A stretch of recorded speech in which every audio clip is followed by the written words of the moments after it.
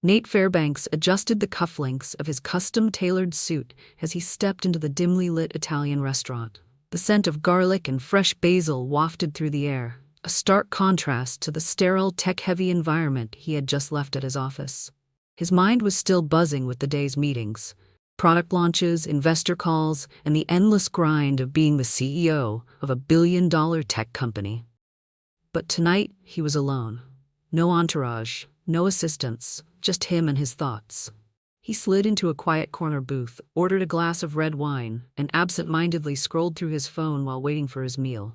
The restaurant was warm, the hum of conversation a soothing backdrop. But then, something caught his eye. Across the room, seated at a table near the window, was a woman he hadn't seen in years. Darla. His breath hitched. She looked the same, yet different. Her hair was shorter, her face a little more lined, but her smile, that smile, was unmistakable. She was laughing, her attention focused on the little girl sitting across from her.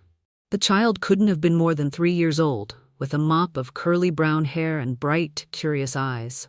She was giggling, twirling a fork in her pasta, and something about her struck Nate deeply. She looked like his sister had at that age. The resemblance was uncanny. Nate's mind raced. It had been 4 years since Darla left. 4 years since he came home to an empty apartment and a note on the kitchen counter. "Nate, I'm sorry. I can't do this anymore. Please don't try to find me." Darla. No explanation, no closure, just silence. He had thrown himself into his work, building his company into an empire, but the wound she left behind never fully healed. And now here she was, with a child. A little girl who looked like she could be his. Without thinking, Nate stood up, his wine forgotten. He crossed the room, his polished shoes clicking against the hardwood floor. Darla looked up as he approached, her smile fading into a look of shock. The little girl glanced at him, her eyes wide with curiosity. "Nate," Darla said, her voice tight. "What are you doing here?" He didn't answer right away. His gaze was fixed on the child. "Who's this?" he asked, his voice low. Darla hesitated, her hands tightening around her napkin. "This is my daughter, Lily." "Your daughter?" Nate repeated, his mind spinning. He did the math. 4 years. 3 years old. It was possible. More than possible. "Darla, is she—" "Not now, Nate," Darla interrupted, her voice firm but quiet. She glanced at Lily, who was now staring at Nate with a mixture of fascination and confusion. "We're having a girls' night out. Can we talk about this another time?" Nate's jaw tightened. He wanted answers. Now. But Lily's innocent eyes stopped him. He couldn't do this in front of her. "Fine," he said through gritted teeth. "But soon, Darla. Very soon." She nodded, her expression unreadable. "I'll call you." Nate turned on his heel and walked back to his table, his heart pounding. He barely touched his meal when it arrived, his mind consumed by questions. Was Lily his daughter? Why had Darla left? And why had she kept this from him? As he left the restaurant, the cool night air did little to calm his thoughts. He pulled out his phone and stared at it, willing it to ring. He needed answers. He deserved answers. And he wasn't going to wait long to get them. Nate stood in the dimly lit hallway of Darla's modest apartment, his fists clenched at his sides. The air between them was thick with tension, years of unspoken words and buried pain bubbling to the surface. Darla's confession hung in the air like a storm cloud, heavy and suffocating. "Nate, you shouldn't be here. But I need answers. You left me with a note, and now I see you with a child that looks a lot like me. How could I stay away?" Nate is clearly upset, trying to control his tone. Darla replied, "You need to be holding these conversations with your father." "My father," Nate groaned. "What does he have to do with this? He threatened me and my family, told me to disappear, or he will make sure that my life will be very difficult." "My father?" Nate's voice was low, barely above a whisper, but the anger in it was unmistakable. "My father did this? He threatened you? He kept you from me?" Darla crossed her arms, her expression a mix of defiance and vulnerability. "Yes, Nate, your father made it very clear that I didn't belong in your life. He said I was a distraction, that I would hold you back from becoming the man you were meant to be. And when I found out, I was pregnant." Her voice wavered, and she looked away, her eyes glistening. "I tried to reach you. I really did. But your father made sure I couldn't get through. He said if I ever came near you again, he'd ruin my family." Nate felt like the ground had been ripped out from under him. His father, The man who had always preached about family loyalty and integrity had orchestrated this. He had torn Nate's life apart without a second thought. And Nate had been oblivious, too consumed by his ambition to notice. "Darla, I had no idea," Nate said, his voice cracking. If I had known about any of this, I would have never let him do this to you. To us." Darla sighed, her shoulders slumping. "I wanted to believe that, Nate, but you were so focused on your company, on proving yourself to your father. I didn't know if you'd even care." "Care?" Nate took a step closer, his eyes searching hers. "Darla, you were the only person who ever saw me for who I really was, not just the son of Richard Fairbanks. And Lily." His voice softened as he glanced down the hallway toward the closed bedroom door. "She's my daughter. How could you think I wouldn't care?" Darla's defenses seemed to waver. She bit her lip, her gaze dropping to the floor. "I was scared, Nate. Scared of your father, scared of what he might do. And then, as time went on, it just felt easier to keep it to myself. I didn't want to disrupt your life." "Disrupt my life?" Nate shook his head, a bitter laugh escaping him. "Darla, you are my life, or at least you were. And Lily, she's a part of me. I've missed everything. Her first steps, her first words, I can't get that time back." Darla looked up at him, tears spilling down her cheeks. "I'm sorry, Nate. I didn't know what else to do." Nate reached out, hesitating for a moment before gently placing his hands on her shoulders. "You don't have to do this alone anymore. I'm here now, and I'm not going anywhere." For a long moment they stood there in silence, the weight of the past 4 years pressing down on them. Finally, Darla nodded, wiping her tears. "Lily deserves to know her father, and you deserve to know her." Nate's heart swelled with a mix of emotions, relief, anger, hope. Can I see her?" Darla hesitated, then nodded. "She's asleep, but you can look in on her. Just be quiet." Nate followed her down the hallway, his pulse quickening with every step. Darla gently pushed open the door to Lily's room, revealing a small space filled with toys and books. In the center of the room, nestled under a blanket covered in stars, was Lily. Her curly brown hair framed her face, and her chest rose and fell in the steady rhythm of sleep. Nate's breath caught in his throat. She was perfect, his daughter, his little girl. He knelt beside the bed, his eyes tracing every feature of her face. She looked so much like him, like the family he had always felt disconnected from. And yet, in this moment, he felt more connected than ever. "She's amazing," he whispered, his voice thick with emotion. Darla stood in the doorway, watching him with a mixture of sadness and hope. "She is. She's smart, funny, and so full of life. She's everything." Nate reached out, gently brushing a curl from Lily's forehead. "I want to be part of her life, Darla. However you'll let me, I'll do whatever it takes." Darla nodded, a small smile breaking through her tears. "We'll figure it out. Together." As Nate stood there watching his daughter sleep, he felt a fire ignite within him. His father had taken so much from him, from them. But Nate wasn't going to let him take any more. He would make things right. For Darla. For Lily. For the family he had always wanted, but never thought he could have. And as he left Darla's apartment that night, Nate made a silent promise to himself. No one would ever come between him and his family again. Not even his father. Nate's hands clenched into fists at his sides as he stared at his father, Frank Fairbanks, who sat behind his imposing mahogany desk, unfazed by the storm brewing in his son's eyes. The office, with its floor-to-ceiling windows and sleek, modern decor, felt like a gilded cage, a symbol of the empire Frank had built and the control he wielded over everyone in his orbit, including his own son. Frank on the phone turns to see Nate. "Great. Good you are here. I just got off the phone with Lindsay Wilson. She agreed to have dinner with you tomorrow night. She would make an ideal wife. Right family and background. You think you can just decide who I marry? Who I spend my life with?" Nate's voice was low, but the anger in it was palpable. "You think you can manipulate my life like it's some kind of business deal?" Frank leaned back in his chair, his expression calm, almost bored. "Lindsay Wilson comes from a good family. Her father's company is one of the most respected in the industry. A merger between our families would be beneficial for everyone. This isn't about your personal desires, Nate. It's about what's best for the company." "The company?" Nate took a step closer to the desk, his voice rising. "You mean what's best for you, You've spent your entire life putting this company above everything else, above Mom, above me, above anyone who didn't fit into your perfect little vision of success. But this is a new low, even for you. Frank's eyes narrowed, a flicker of irritation breaking through his composed facade.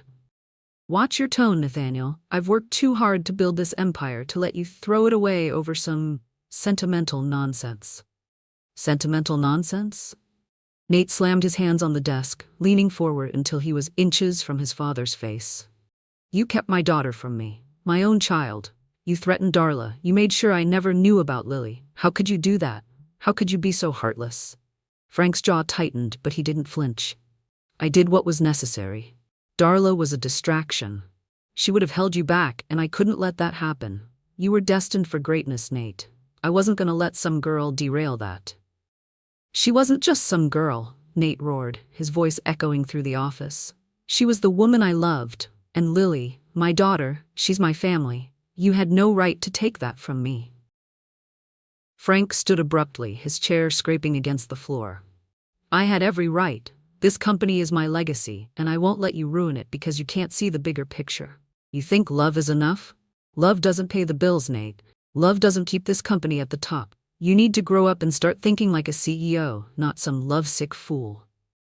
Nate stared at his father, his chest heaving with anger and disbelief. For years, he had tried to earn Frank's approval, to prove himself worthy of the Fairbanks name. But now, standing here, he realized he would never get it. Not because he wasn't good enough, but because Frank's idea of success was hollow, devoid of love, of family, of anything that truly mattered. You're wrong, Frank, Nate said, his voice steady now, cold and resolute. Love is enough, and if this company, if this so-called legacy, requires me to sacrifice the people I care about, then it's not worth it. I won't let you control my life anymore. Frank's eyes flashed with anger. If you walk away from this, Nate, you're walking away from everything. The company, the money, the power, it all stays with me. You'll have nothing. Nate straightened, a small, bitter smile tugging at the corners of his mouth. You think I care about the money? The power? I've spent my entire life chasing your approval, trying to live up to your impossible standards. But I'm done. I have a family now, a real family, and they're worth more to me than anything you could ever offer. Frank's face turned red, his composure finally cracking. You're making a mistake, Nate, a huge mistake. You'll regret this. No, Nate said, turning toward the door. The only thing I regret is letting you control me for as long as I did. But that ends today. As he walked out of the office, Nate felt a strange sense of freedom. For the first time in his life, he was making a choice for himself. Not for his father, not for the company, but for the people he loved. And as he stepped into the elevator, his mind already racing with plans for the future, he knew one thing for certain. He would never let anyone come between him and his family again. Not even Frank Fairbanks. The news of what Frank did to Nate reached Nate's grandmother on his mother's side, who was living in London. The next morning, the Fairbanks Industries headquarters buzzed with an unusual tension. The news of the emergency board meeting had spread like wildfire, and employees whispered in hushed tones as they speculated about what could have prompted such a sudden gathering. Frank Fairbanks arrived at the office early, his usual confident stride faltering slightly as he stepped off the elevator and saw her sitting in the lobby. Eleanor Whitaker, Nate's maternal grandmother, was a formidable woman in her late 70s. Her silver hair was swept into an elegant chignon, and her sharp blue eyes bore into Frank with a look that could freeze fire. She sat perfectly poised in a tailored navy suit, her hands resting on a sleek leather handbag. Frank stopped in his tracks, his face draining of color. "Eleanor," he said, his voice tight. "What are you doing here?" Eleanor stood slowly, her gaze never leaving his. "Good morning, Frank. Or should I say, not such a good morning for you?" Her tone was icy, each word dripping with disdain. "I'm here to remind you of a few things you seem to have forgotten." Frank's jaw tightened. "This is my company. You have no business." "Your company?" Eleanor interrupted, her voice cutting through the air like a knife. "Let's not rewrite history, Frank. This company was built with my daughter's inheritance. It belongs to Nathaniel, as per her will. You've merely been caretaking. And from what I hear, you've been doing a rather poor job of it." Frank's face turned red, but before he could respond, Eleanor continued. I've called an emergency board meeting. It starts at 8 a.m. sharp. I suggest you gather your thoughts. You'll need them. Without waiting for a reply, she turned and walked toward the boardroom, her heels clicking decisively against the marble floor. Frank stared after her, his mind racing. He hadn't seen Eleanor in years, and her sudden appearance was a threat he hadn't anticipated. He quickly pulled out his phone, firing off texts to his allies on the board. But it was too late. The meeting was already set, and Eleanor Whitaker was not a woman to be trifled with. Nate arrived at the office just before 8 a.m., confused by the summons to an emergency board meeting. He hadn't spoken to his father since their explosive confrontation the day before, and the last thing he wanted was to sit in a room with Frank and the board. But as he stepped into the boardroom, his confusion turned to shock. "Grandmother?" he said, his voice filled with disbelief. Eleanor turned to him, her stern expression softening as she took in her grandson. "Nathaniel," she said, her voice warm but firm. "Sit down, we have much to discuss." Nate obeyed, still reeling from her unexpected presence. The board members filed in, their expressions a mix of curiosity and unease. Frank entered last, his face a mask of barely contained anger. He took his seat at the head of the table, but Eleanor immediately stood, commanding the room's attention. "Thank you all for coming on such short notice," she began, her voice steady and authoritative. "I've called this meeting to address a matter of grave importance. It has come to my attention that Frank Fairbanks has been abusing his position as chairman, making decisions that are not only detrimental to this company but also deeply personal and unethical." The room fell silent, all eyes turning to Frank, who glared at Eleanor. "This is outrageous," he snapped. "You have no right to—" "I have every right," Eleanor interrupted, her voice rising. "As the majority shareholder, I have the authority to call this meeting and to demand accountability. And let me be clear, what Frank has done is inexcusable." She turned to Nate, her expression softening. "Nathaniel, I've learned about what your father did, how he kept your daughter from you, how he manipulated and threatened the woman you love. I'm here to make sure that such behavior is not only addressed but punished." Nate's throat tightened, emotions swirling within him. "Thank you, grandmother," he said quietly. "But this isn't just about me. It's about the kind of company we want to be. A company built on integrity, not manipulation." Eleanor nodded, her gaze sweeping the room. "I couldn't agree more. Which is why I'm proposing an immediate vote to remove Frank Fairbanks from his position as chairman of the board." The room erupted into murmurs, but Eleanor held up a hand, silencing them. "This is not a decision I make lightly. But Frank's actions have shown a blatant disregard for both this company and the family it was meant to serve. It's time for a change." Frank stood, his face purple with rage. "You can't do this. I built this company." "No, Frank," Eleanor said coldly. "You managed it, and you've done so poorly. It's time for new leadership." The vote was swift and decisive. One by one, the board members raised their hands in favor of removing Frank. When the final tally was announced, Frank slammed his fist on the table and stormed out of the room, his pride in tatters. As the meeting adjourned, Nate turned to his grandmother, his eyes filled with gratitude. "I don't know how to thank you," he said. Eleanor placed a hand on his cheek, her smile gentle. "You don't have to thank me, Nathaniel. This is your legacy. Your mother would have wanted you to have it, and she would have wanted you to be happy." Nate nodded, a sense of clarity and purpose settling over him. For the first time in years, he felt like he was exactly where he was meant to be. And as he left the boardroom, he knew that the future, for him, for Darla, and for Lily, was finally in his hands. The evening was warm and golden as the sun dipped below the horizon, casting a soft glow over Nate's modern, sprawling home. The dining room was elegantly set, with candles flickering on the table and the faint scent of roasted herbs wafting from the kitchen. Nate stood by the window, nervously adjusting his tie, while Darla sat on the couch, helping Lily with a coloring book. The little girl was dressed in a frilly pink dress, her curls tied back with a bow, and she kept asking when Grandma Ellie would arrive. "She'll be here soon, sweetheart," Darla reassured her, smoothing Lily's hair. She glanced at Nate, who was pacing near the window. "Nate, relax. She's your grandmother, not the Queen of England." Nate chuckled despite himself. You haven't met her. She might as well be the queen. Just then the doorbell rang, and Nate's heart leapt into his throat. He opened the door to find Eleanor standing there, her silver hair gleaming in the evening light. She was dressed impeccably in a tailored cream suit, and her sharp eyes softened as she took in the scene before her. Nathaniel, she said warmly, stepping inside. And you must be Darla, she added, extending a hand to Darla, who stood to greet her. It's a pleasure to finally meet you. The pleasure is mine, Mrs. Whitaker, Darla said, shaking her hand with a respectful smile. Please call me Eleanor, she said, her gaze shifting to Lily, who was peeking out from behind Darla's legs. And this must be the star of the evening. She knelt down, her eyes twinkling. Hello, Lily. I'm your great-grandmother. Lily tilted her head, studying Eleanor with wide, curious eyes. You're really old, she said matter-of-factly.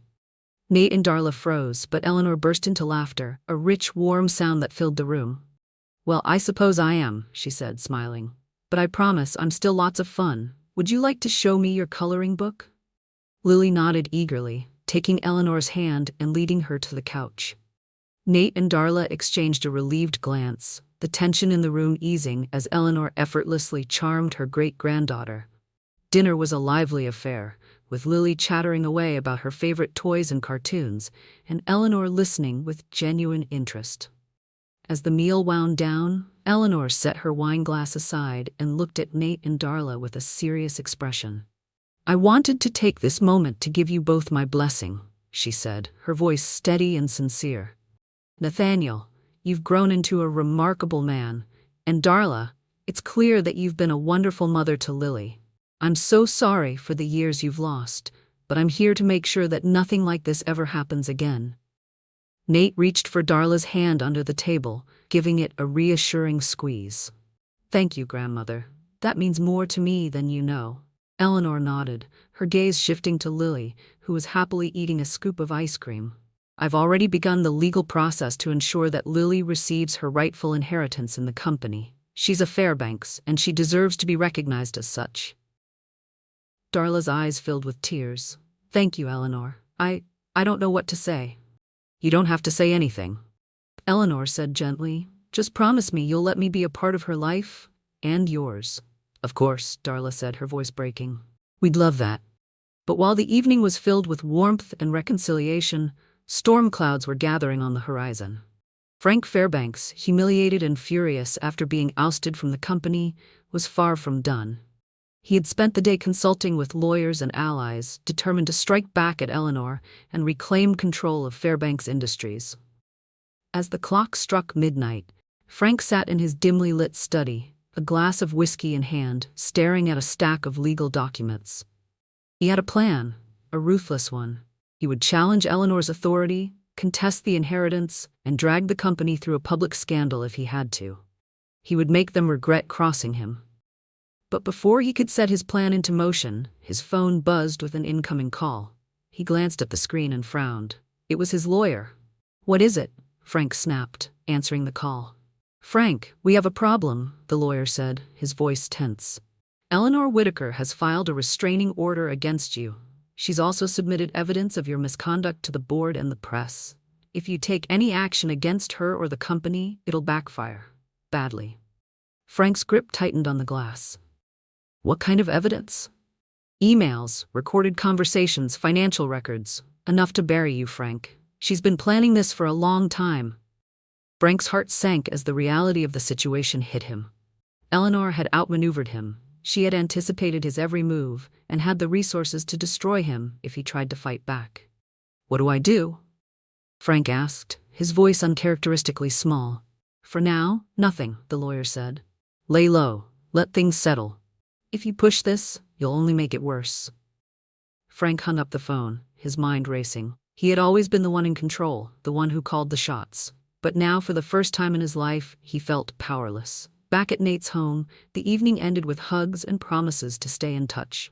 As Eleanor left, she turned to Nate and Darla, her expression serious. Be careful, she said. Frank won't go down without a fight, but don't worry. I'll handle him. You focus on your family. Nate nodded, his gratitude evident. Thank you, grandmother, for everything. Eleanor smiled, her eyes glistening with unshed tears. "You're welcome, Nathaniel. Now go inside. Your family is waiting." As Nate watched her car drive away, he felt a sense of peace he hadn't known in years. The road ahead wouldn't be easy, but for the first time he knew he wasn't alone. He had Darla, he had Lily, and he had Eleanor. Together, they would face whatever came next. Frank sat in the dimly lit corner of his penthouse. His once impeccable suit was wrinkled, his tie loose, and his face unshaven. The weight of his downfall pressed heavily on his shoulders, but his pride refused to let him crumble. Not yet. He clutched his phone tightly, his knuckles white as he dialed Eleanor's number. It rang twice before she answered, her voice calm and composed, as if she had been expecting his call. "Frank," she said, her tone almost amused. "To what do I owe this pleasure? You think you've won, don't you?"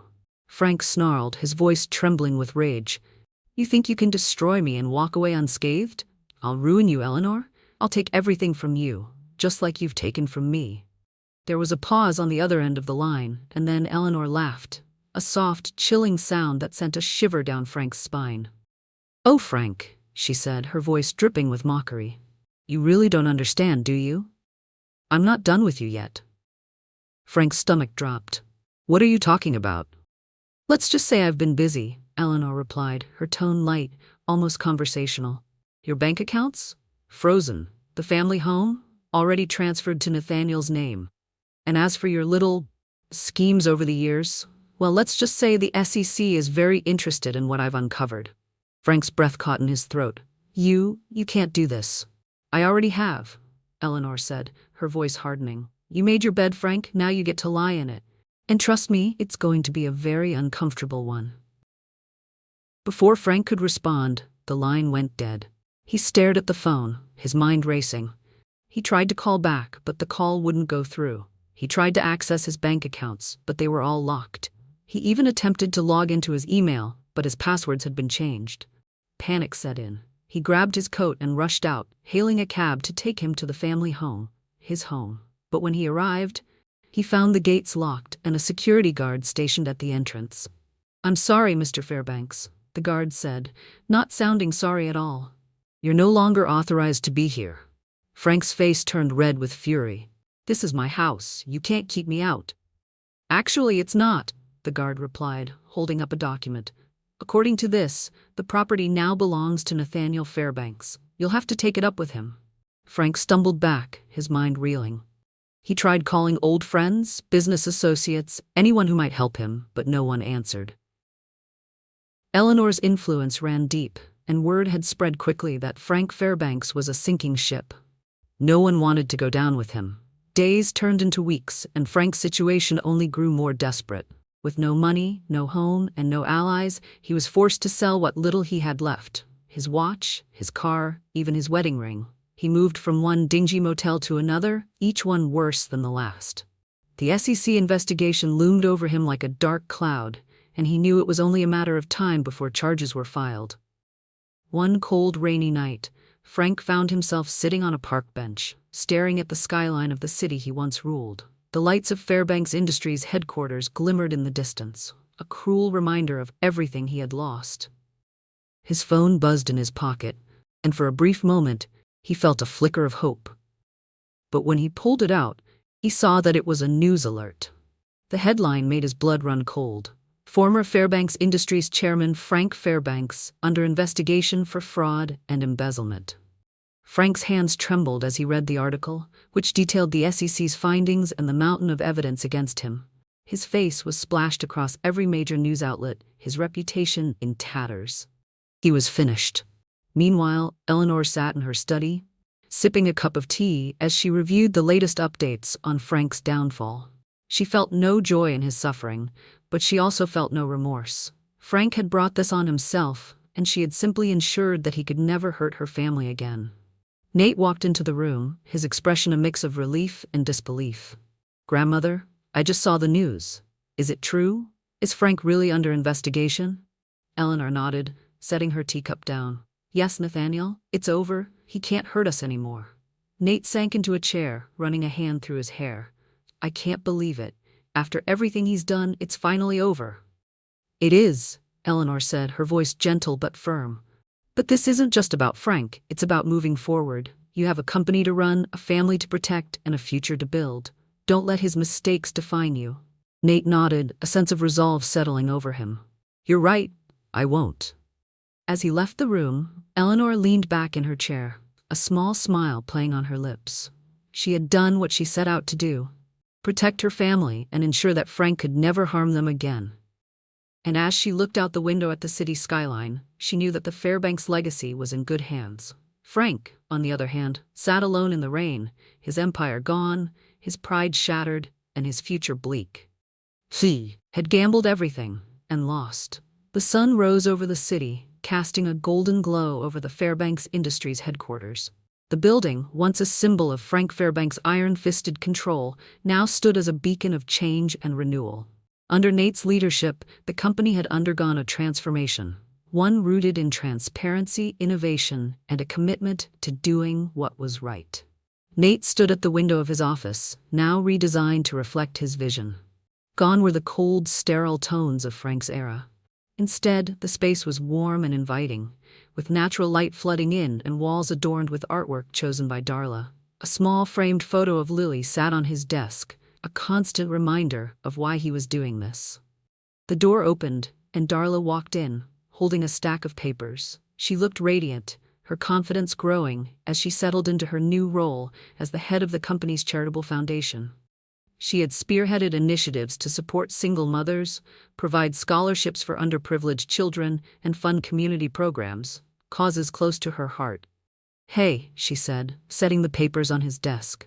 The board just approved the new sustainability plan. They're calling it groundbreaking. Nate smiled, pulling her into a hug. That's because of you. You've been incredible, Darla. I don't know how I'd do this without you. Darla leaned into him, her voice soft. We're a team, Nate. Always have been, always will be. Their journey hadn't been easy. Rebuilding trust, both in their relationship and within the company, had taken time. But they had faced every challenge together, stronger and more united than ever. Lily, now the center of their world, had flourished under their love and care. She was a bright, spirited little girl who had already declared she wanted to be the boss of everything when she grew up. The company itself had undergone a cultural shift. Nate had implemented policies that prioritized employee well-being, diversity, and ethical practices. He had also made it a point to be accessible, holding regular town halls where employees could voice their ideas and concerns. The changes had not only boosted morale but also driven innovation, with Fairbanks Industries leading the way in cutting-edge technology and sustainable solutions. One of Nate's proudest achievements was the creation of the Fairbanks Family Fund, a program designed to support employees during life's challenges, whether it was parental leave, medical emergencies, or personal hardships. It was a direct reflection of the values Nate and Darla held dear, and it had quickly become a cornerstone of the company's identity. As the months passed, life settled into a new rhythm. Nate and Darla had moved into a cozy home in the suburbs, where Lily could run freely in the backyard and attend a school she loved. Weekends were spent as a family, picnics in the park, movie nights, and trips to the zoo. It was a simple, joyful life, one they had fought hard to build. One evening, as they sat on the porch watching Lily chase fireflies, Darla turned to Nate, her expression thoughtful. "Do you ever think about how far we've come?" Nate took her hand, his thumb brushing over her wedding ring, a symbol of their renewed commitment to each other. "Every day," he said, "I think about how lucky I am to have you and Lily, and I think about how much my mom would have loved to see this." Darla smiled, her eyes glistening. "She'd be proud of you, Nate. You've built something amazing, not just the company but this life, our family." Nate nodded, his heart full. "We did it together, and we're just getting started." Meanwhile, Frank Fairbanks had faded into obscurity. The SEC investigation had led to criminal charges, and he had been stripped of what little remained of his wealth and influence. He now lived in a small apartment on the outskirts of the city, a far cry from the opulence he had once known. Though he occasionally tried to reach out to Nate, his calls went unanswered. Nate had forgiven him, not for Frank's sake, but for his own peace of mind. Still, he had no interest in reopening old wounds. Eleanor, on the other hand, had become a beloved figure in their lives. She visited often, doting on Lily and offering sage advice to Nate and Darla. She had also taken on a mentorship role within the company, guiding the next generation of leaders with the same wisdom and determination that had defined her own life. As the years went by, Fairbanks Industries continued to thrive, a testament to Nate's vision and the values he and Darla had instilled. Lily grew into a bright, confident young girl, her curiosity and kindness a reflection of the love and support that surrounded her. One crisp autumn morning, Nate stood at the podium in the company's auditorium, addressing employees at the annual shareholders meeting. Behind him, a screen displayed the words, "Innovation with integrity, building a legacy that lasts." "When I took over this company," Nate began, his voice steady and strong, "I made a promise, to myself, to my family, and to all of you. I promised that we would do better, that we would be better. And today, I can proudly say that we've kept that promise." The room erupted into applause, but Nate's eyes sought out Darla and Lily, seated in the front row. Darla smiled, her eyes filled with pride, while Lily waved enthusiastically, her little face beaming. As Nate stepped down from the podium, he felt a profound sense of gratitude. The road had been long and fraught with challenges, but it had led him here, to a life filled with love, purpose, and the promise of a brighter future. And as he took his seat beside Darla and Lily, he knew that this was only the beginning. Together, they had built something extraordinary, and together, they would continue to build a legacy that would last for generations to come. Thanks for listening to Green Tea Tales. Help our channel grow, so please like, share, and subscribe.